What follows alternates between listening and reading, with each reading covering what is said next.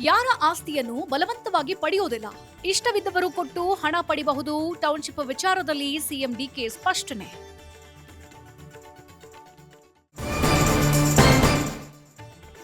ತಾರಕಕ್ಕೇರಿದ ಬಿಡದಿ ಭೂಸಮರ ಹೋರಾಟದ ಅಖಾಡಕ್ಕಿಳಿದ ದೇವೇಗೌಡರು. ಭೂಸ್ವಾಧೀನ ಕೈ ಬಿಡದೇ ಇದ್ರೆ ಅಹೋರಾತ್ರಿ ಧರಣಿಯ ಎಚ್ಚರಿಕೆ.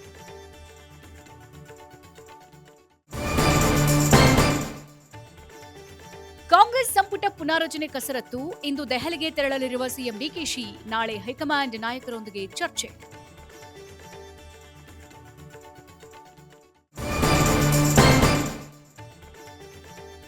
ಅಪಾರ್ಟ್ಮೆಂಟ್ ನಿರ್ವಹಣೆಗೆ ಹೊಸ ಕಾನೂನು. ಸಿಎಂ ನೇತೃತ್ವದಲ್ಲಿ ಅಭಿಪ್ರಾಯ ಸಂಗ್ರಹ. ಬೆಂಗಳೂರಿನ ನೆಹರು ತಾರಾಲಯದಲ್ಲಿ ಸಂವಹನ.